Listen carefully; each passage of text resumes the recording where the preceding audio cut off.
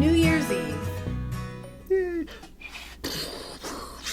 We packed the family up. It began when our oldest child, who's 25, was young, and we went to Unity of Charlotte, was the church we attended, and they had this wonderful New Year's Eve tradition. They had a service around 8 p.m., and they called it Burning Bowl and Letters to God. And it included singing, but our favorite part was they'd do a meditation, and you would write down something you wanted to release for that year. Something, a negativity you've had about yourself, something hanging over you, and you'd write it down on paper. And when they began this, we would parade outside. December 31st in North Carolina is usually cold.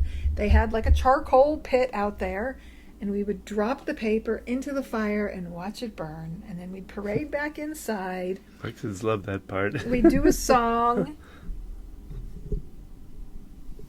And then we would write what they called a letter to God. And it can be it's more like a letter to your future self. Mm-hmm. You can phrase it different ways. I tended to phrase it, Dear Gina, I'm writing to myself. So for this year, it's 2022. I would write a letter to Gina of the end of 2023 and to see what things I had accomplished throughout the year. So it's looking towards things you'd like to achieve, phrasing it in language that it's already happened. So talking about the law of attraction and manifesting things that you think about. And so I'm so grateful, Gina, that you have been able to maintain your weight and exercise regularly. You could write it however you wanted. That's just typically how I wrote it. And so we started this with our oldest child, and we'd say, write down something you want to get rid of, or draw a picture of it. So it could be anything with the child. Well, Abby used to just scribble. Just scribble all over the paper. She was quite the scribbler. Yes. She was a professional scribbler. I have notebooks filled with, and she would scribble in between the lines, like college line paper. And there'd just be line after line of scribble. I've showed her that recently. Like, this was kind of amazing that you did this. So we began this, and it became something our family was anchored in. We would go to this service, and as we had our second child, Harrison was 4, Abby's a newborn, we attended pretty often. I know we missed here and there, and we allowed her from however old she could hold a crayon. And we would write down things for her when she was really young, like help her write the letter. I think we may have even done it before going to the service at the church, to have it done ahead of time so that she could dictate it to me. I know I did a lot of that with her. She was very creative and had so many ideas before she could write them down, and I would write them for her.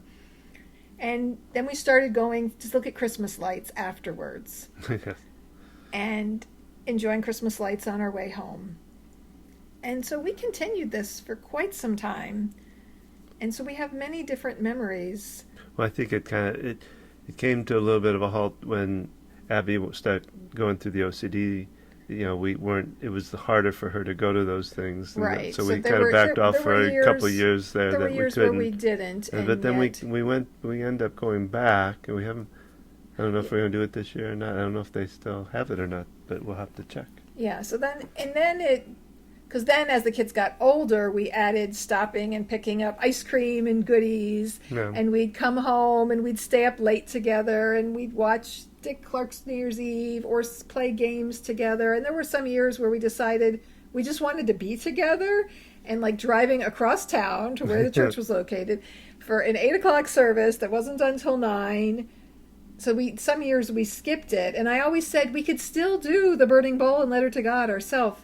The neat thing about when Unity did it, they held on to the letters. They gave you an envelope.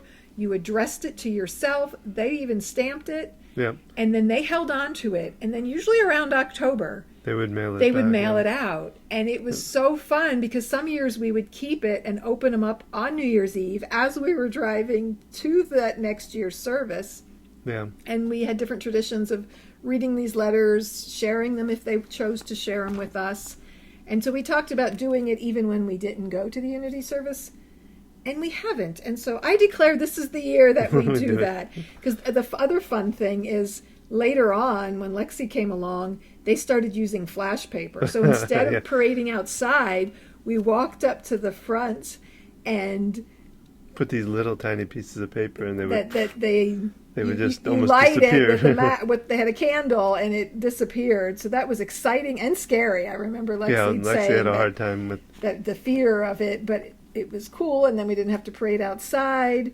And so we have a lot of memories with that. And some memories, like you mentioned, are challenging. When our middle child was dealing with anxiety, going and looking at Christmas lights,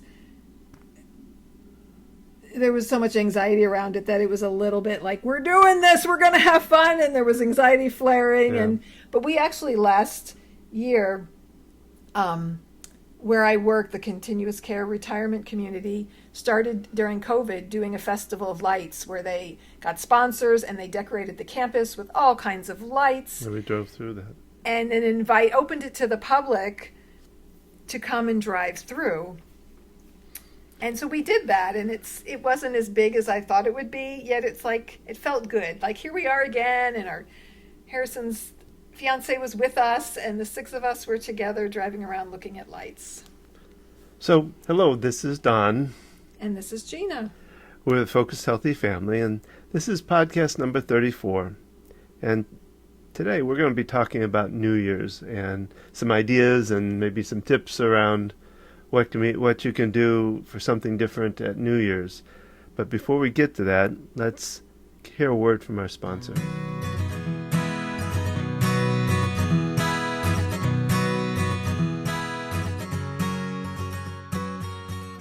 Hi guys, it's Gina. I have struggled with depression for most of my adult life. I've been treated for clinical depression for the past 7 years, and yet I've still struggled with low energy, low ambition, and just struggling to move forward. I'll wake up after 8 or 9 hours of sleep and still feel tired. I know the things that I need to do to improve my health, yet I haven't had the energy to do those things. Well, then I learned about Magic Mind and their 30-day challenge that they offer. So after some investigation, I decided to take the challenge. And after taking it for a week or two, I found that I was waking up feeling more rested. I wasn't craving the morning caffeine that I would typically drink in the morning to get me going. I was beginning to make choices like going outside to walk, which was helping me feel better and continued to help motivate me to do more of the things that I wanted to do. I don't take anything without first reading the ingredients and learning more about the product. Magic Mind is a 2-ounce drink and contains matcha, which is green tea extract. And we know that green tea contains L-theanine, which helps to reduce anxiety and stress. It's also been shown to increase focus and can boost immunity. The other ingredients in Magic Mind are adaptogens, nootropics, and honey. Forbes calls Magic Mind Silicon Valley's new morning elixir. If you'd like to try it, please go to www.magicmind.co/focusedhealthy. Our listeners can get 20% off your first order. Just use the code FOCUSEDHEALTHY20. You can also get 40% off your first subscription purchase. I want to invite you to take the challenge. Try Magic Mind, do more, and stress less.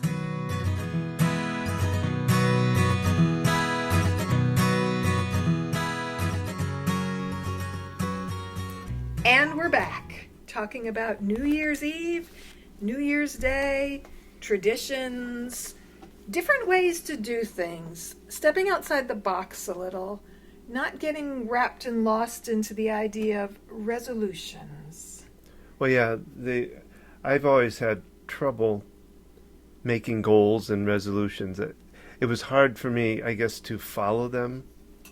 So I was thinking about what you could do possibly differently if you're thinking about doing some type of resolutions. And so I had a couple of thoughts about that, making them achievable for one. A lot of times we make very broad, general, big goals like I'm going to lose weight or I'm going to quit smoking or something like that, which I'm not downing that as far as a goal, but narrowing it down a little bit more, being more specific for one thing. Make them in small steps too. Mm-hmm. In fact, I think it would be better to make resolutions for the next 3 months so that you can make them flexible so that in 3 months, if you haven't been doing it or it hasn't been excuse me, going as well. Kind of like goal setting, right? So setting small goals, small achievable goals. You mentioned weight loss. I'm going to start, instead of eating whatever sweet I typically eat, I'm going to change that to fruit. Setting small achievable goals and working towards making changes that you want in your life, not setting yourself up for failure. Don's over here choking and gagging. So, Not setting yourself up for failure by saying, in the new year, I'm going to lose 75 pounds, or I'm going to, work out and be ripped and have hard abs, or I'm going to... It's kind of like the idea of, on a daily basis, I used to have a legal sheet of paper, and I would fill that paper with the to-dos for that day, just for a day. And there was no way for me to be able to achieve those. And so it would draw anxiety out of me for not achieving them. I might beat myself up for not doing it. Same principle goes with resolutions. You make them too big or spread them out too far or something like that, and it only works against you then. One thought. Okay. I've never liked to-do lists. It just looks like things I have to do looming over me. I like to-done lists. You write things down after you've done them and you check them off because there's that satisfaction of crossing off something on a list. I used to do this with the kids in the early days of homeschooling. I documented what we did so I could look back and say, oh, see, we did a very non-traditional approach. So we didn't sit down and follow curriculum. So I would write down the activities we did so I could look back and say, oh, look, we played this game. We're learning math skills here. We did this activity. We're learning social studies and English. And so I wrote down after the facts to be able to look. And it's also a way of saying, okay, maybe we're missing this or that. And so it's that same idea. Yeah, it's helpful to write things down that you'd like to do. Yet it can be overwhelming to have this list, this never-ending list, I've got to get this done, and there's always something more to do. Oh, but no, dear. No, I just had some counterpoint to that. I mean, in some way, one of them might be a vision board. Okay. But some way to be able to so, have picture or be able to envision what you do once. So instead of having a list or a set of goals, vision boards are wonderful. They are such a powerful tool. So let's talk more about vision boards. Well, I think it's important to cut out pictures and have because it is a visual board, but to literally have visual. Because if we visualize things, we can manifest them. Professional athletes use this technique to visualize themselves going through the running, whatever sport that they participate in, because our mind can't tell the difference between what we're thinking about and what's really happening. And so there's so much power in visualization and visualizing things. And so that's the idea of a vision board. And it can be a Pinterest board. It really helps to have a physical, tangible board. I think, to me, there's something grounding in using paper. Touchable. Yes, items, cutting out pictures of a magazine, drawing. I mean, you could print off images from the internet, but gluing them onto a board, and not that you can't do it. Well, that's kind of my feelings about the idea of reading. I like to read out of something I can touch and feel. So it's. But you could also create it virtually, but print it out then. Yeah. Hang it up.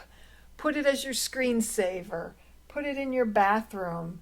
I did this activity, I don't know how many years ago, with a wonderful friend of mine, Shannon Moran Bricks.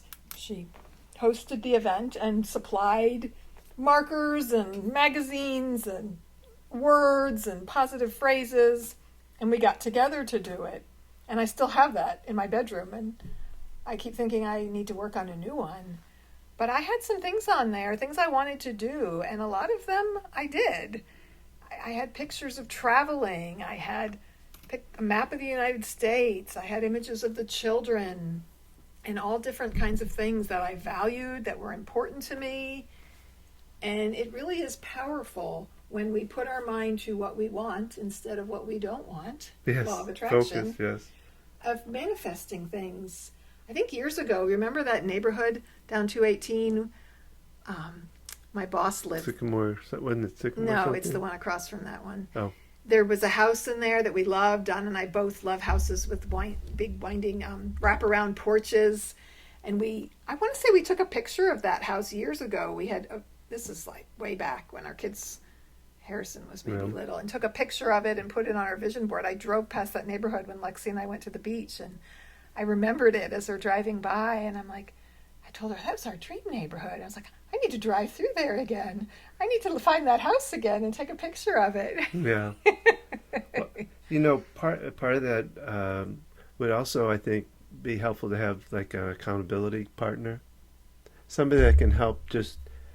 So outside of the gently. vision board idea. So the vision board well, idea. even with the vision board, though, to be able to remind you to like, look at it, to. Okay. I don't think it hurts to have somebody that says, "Oh, how are you doing with that?" I guess I see the vision board as not a goal. It's manifesting creation and it's art. Yeah. And so for me, if I'm having an accountability partner, I don't want someone hounding me about, have you looked at your vision board? My vision board is... Well, not hounding, but... But my vision, for me, my vision board is like a sacred temple of sereneness where I see the pictures and I manifest it in my brain. Now, it is important to take action. But yeah, things. and I think And so to me, I separate it. If I can't mix those two together, that muddies the waters of my creativity and my spontaneous flow of living outside the world of to-do lists.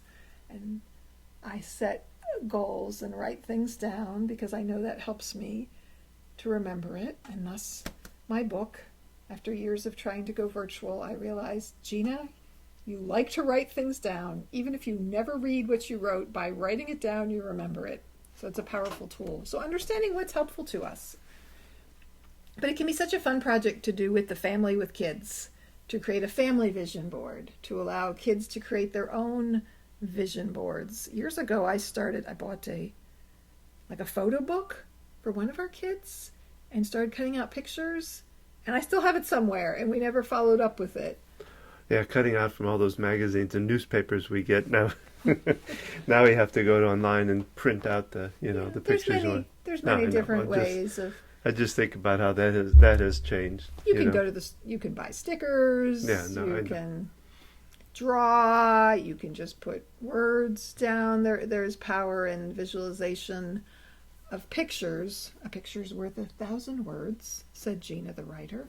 So I guess mine is, I have to like see stuff to take action. You know, I have to write down. See stuff. Well, see visual pictures. Well, visual, but also then I have to take them to some kind of action. I have my daily task list. So the lists help you. Yes, I'm very much a list person. The lists help you. Don's playing with his neck skin, and I'm concerned it's affecting your voice and so I don't talk having like your this hand in front of the microwave. Her vision. I have my own microphone now. We used to share a microphone. Yes, we're a regular studio now. We each have our own microphone, and I've found power in having a microphone. So, what if we talk about things to do on New Year's itself for families? I found some online resources for that. I found SoFestive.com, 17 fun New Year's Eve tradition ideas for your family. Ah, well, will you share them with us? I will.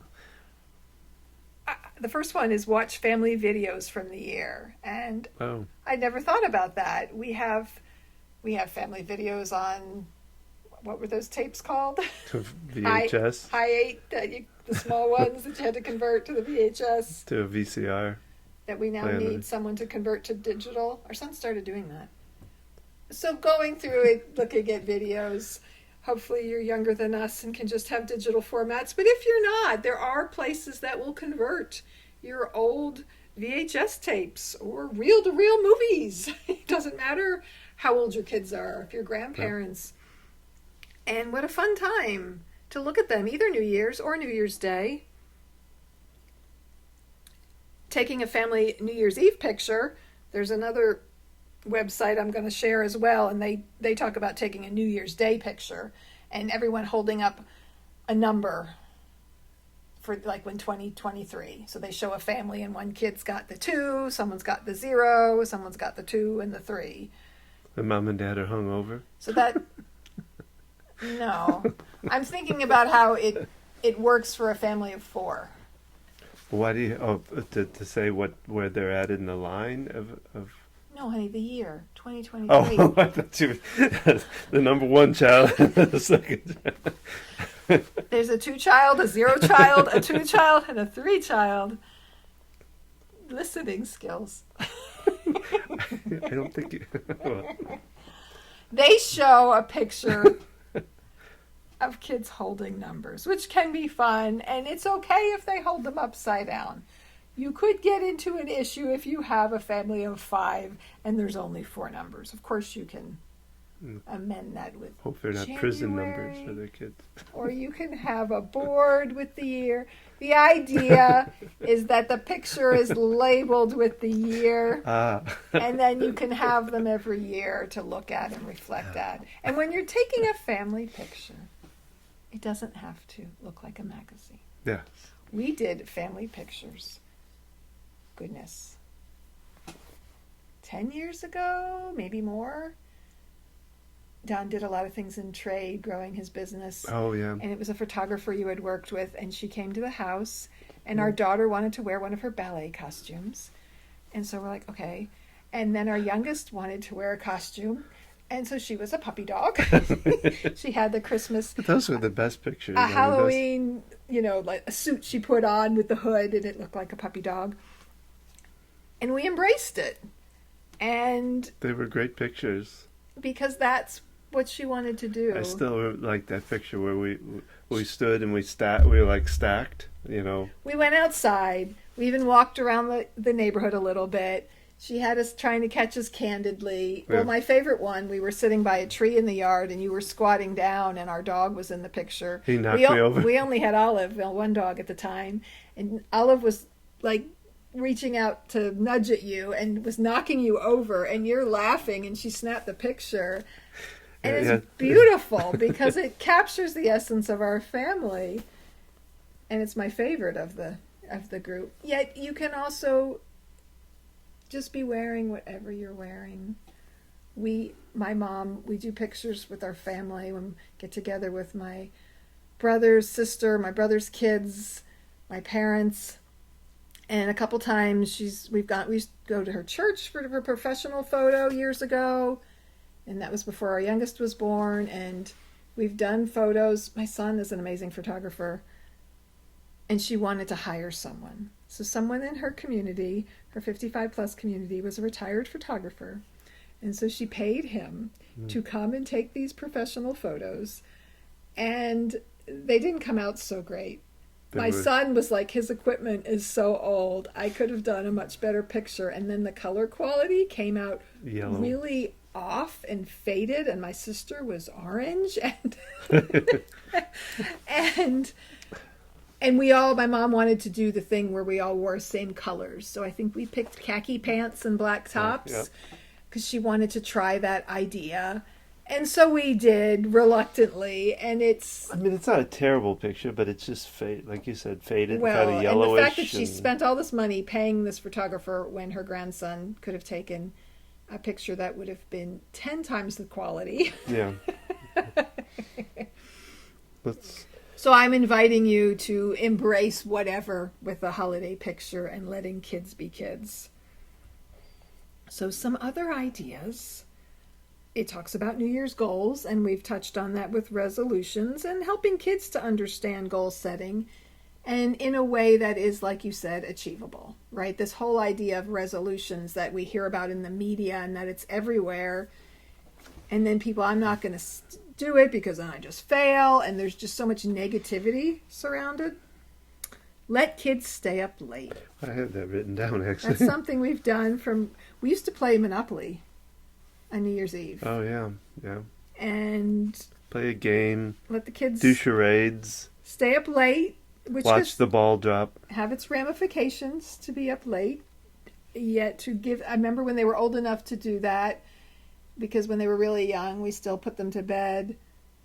And just that excitement of, I now get to stay up. Well, the ball midnight. drop is not as exciting as it used to be. Dick Now Clark's, it just yeah. goes to, like, and stops. You know, Well, I don't know what they did differently before, but it changed just it was so much more exciting or something. And yet we have the pull to turn that on because that's what we grew up with. At least I grew up with. I don't know how long Dick Clark's New Year's Eve was. I don't know. I don't remember when it it's been started, going but I on. remember his last one where he had come back from his A stroke. stroke, and he was. Well, then Ryan Seacrest took it over, and because there was one Yeah. or 2 years where they were together, banging pots and pans at midnight. That's what we always did. Did you guys? We would go out in the front yard and bang pans or make noise of some sort. Sometimes we had those kind of kazoo-like. I don't remember doing that on New Year's Eve, but when we moved to Pittsburgh, to Bethel Park, Pennsylvania in 1979, we moved in October, and the Pirates won the World Series. Oh. And I don't know if it was at that point, because then in January the Steelers won the Super Bowl. And one of those 2 times we went outside because everyone was going crazy in the neighborhood. And I remember being out with my sister, at least, banging on the garbage cans. That's what I think of when I hear that, at the excitement. They recommend you can buy wooden spoons from a dollar store that you don't care about. You know, get a cheap pot or pan from Goodwill that you don't pay much money for, so you don't worry about it getting dented. Having opportunities to make loud noise. They talk about delivering neighbor gifts. They talk about if you're used to giving Christmas gifts to your neighbors, consider making them New Year's gifts instead. Which I've always thought, I used to do Christmas cards, and I got away from doing it. And for probably 25 years, I've said to myself, I'm going to do that again. And I've often had the idea, well, it doesn't have to be a Christmas card. It could be a New Year's card. Take him a tuna casserole.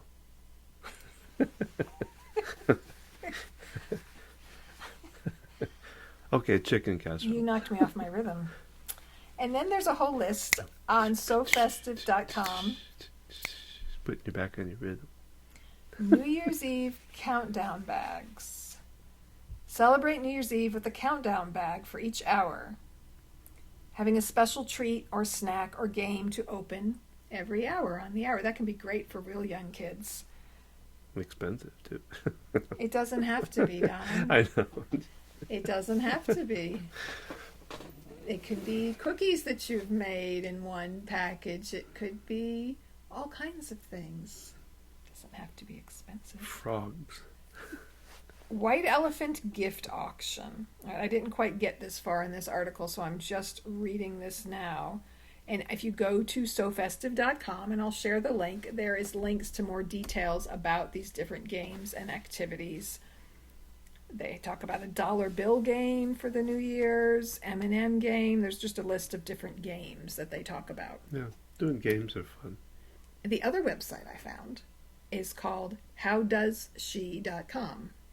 And we'll share that link.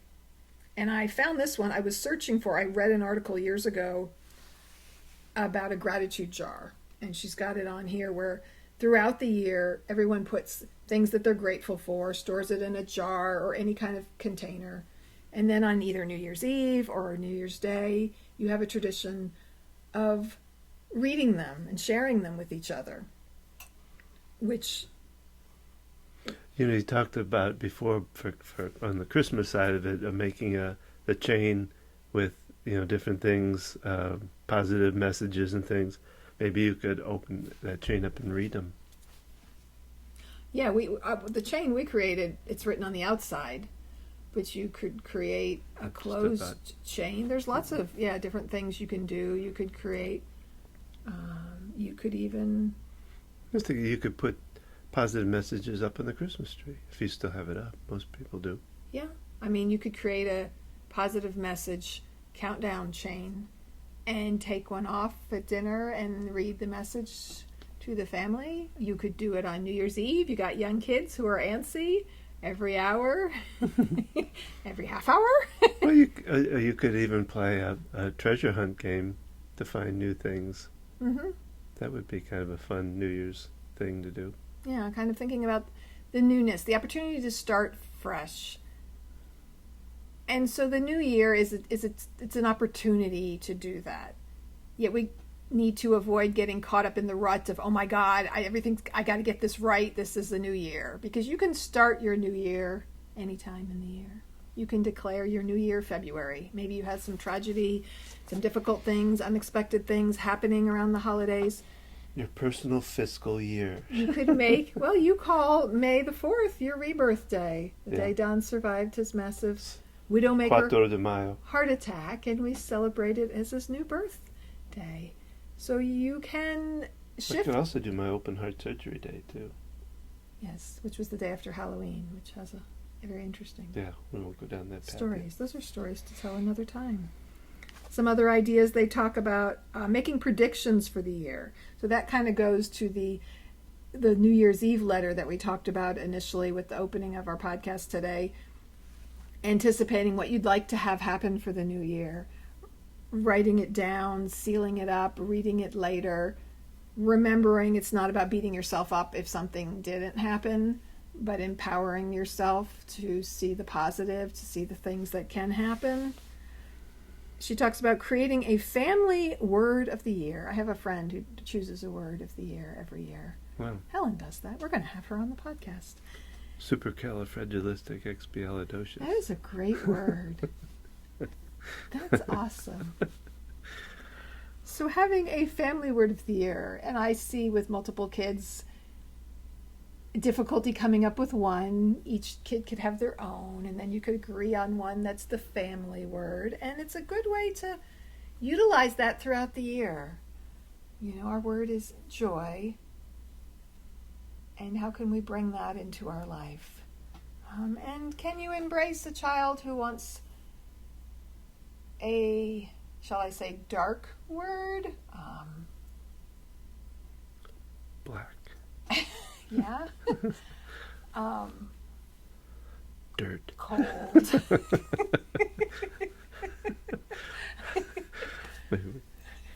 Depression. Death. Well, you know, one thing I kind of, I guess, going in the resolution idea, but what if this year as a parent we try to especially connect with our children differently? You know, look at what we're doing, kind of review, I guess, you know, as a parent what we're doing, and see if there's areas we need improvement, the areas that we've done well, and the areas that we could change. That comes to mind our discussion with Ray Gray, and he talked about, is it once a week he does with his kids, that they have family dinner chat, and I believe it was once a week. You could do it once a month. He lets the kids give him feedback of how he's doing as a parent, and it's an opportunity that they can speak their mind, they can use colorful language, you can set the parameters, and they know that that's a safe space for them to be open and honest and sharing. And what a great opportunity. Well, yeah, getting kind of expectations from everybody. Well, the kids are constantly being evaluated. If your kids are in school, they get report cards, they get grades. If they're on a sports team, they win or they lose. They're being evaluated all the time. The empowering ability to let our kids evaluate us. And we have to be able to step out of our own drama and our own stories. Don't let it... And maybe you can't sit down at the dinner table and do it, but maybe you can allow them to write it down, and you can commit to reading it when you're in a calm space, and you can commit to promising you will not react to it. And that you will... The other big part of that is whatever you talk about with their expectations, seeing how it fits into the year and making sure to try to do some of those things that you've talked about, I guess. I don't know if that, We're talking about two different things. You're talking about setting expectations of things you'd like to be able to do, and... it's a little off of that, I guess. But that's also good. And like talking with the family. What would you like to do this year? Or this month. I want to do a family activity. Don't stretch it out too far. This month. You get to, we're going to rotate. We're going to pick names out of a hat. If it's your birthday month, you get to pick. Yeah. My brother did the whole family movie night with him and his two kids after divorce, and they rotated picking the movie. So one week it was him, 1 week it was his daughter, 1 week it was his son. And his kids were close enough in age that... A lot of Marvel movies, probably. Oh, well, his kids were close enough in age that the movies were appropriate for all. Yeah. Our attempts to do that with an 11-year age spread in our kids. And was difficult. Our kids who don't like to sit and watch a movie, or a daughter who wants to watch The Old Guard over and over and over again. And a mom who sleeps through it. At the end. I just missed the end of the movie. I make it through usually 3/4. So think about new things you can do. Starting something new. Making one small step to do things differently. Making one small commitment to evaluate how you are as a parent, how you are as a person, something you'd like to improve within yourself. But making it be known to your kids that, I see that I do this and I don't like that about myself, and I'd like to make a change. And so that's just the resolution, but the action is, so this is what I'm committing to doing. Well, and they can even help you to hold up to that, too. And if you're in a place where you can... But learn to do it in a way that's compassionate, that they don't come at you and go, Dad, you're not doing that thing, But just saying, Dad, you had talked about doing this, and... So finding a way that would work... Communication. With your... Like our communication Yeah, so courses. if you want some ideas on how to do that, check out FocusedHealthyFamily.com.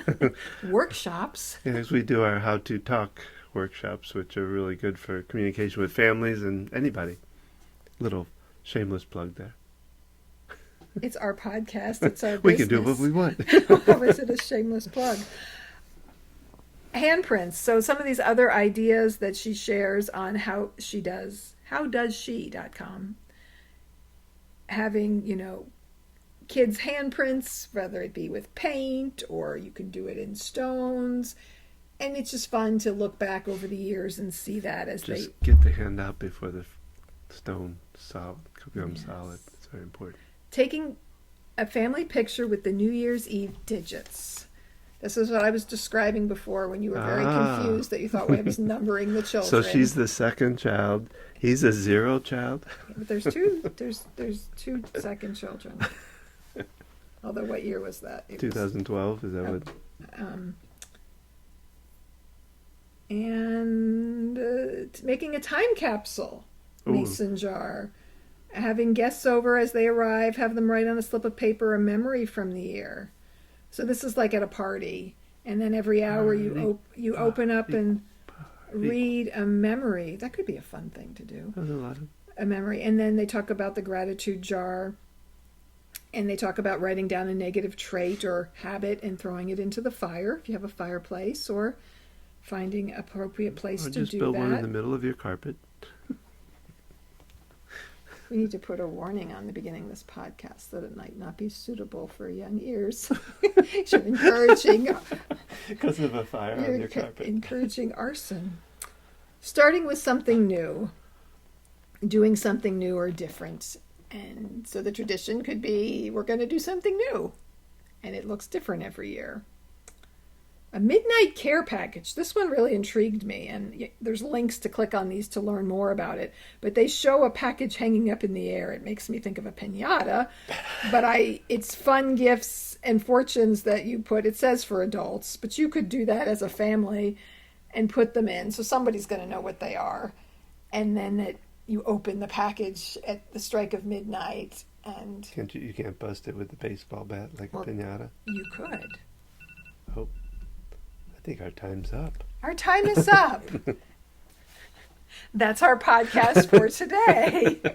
We hope you enjoyed it. We certainly did. We went on so long, my timer went off. We'd love to hear from you. As always, please leave us feedback, leave us comments here on FocusedHealthyFamily.com, on my blog. Write us a review on Apple Podcast or wherever you watch your podcasts. Share it with your friends.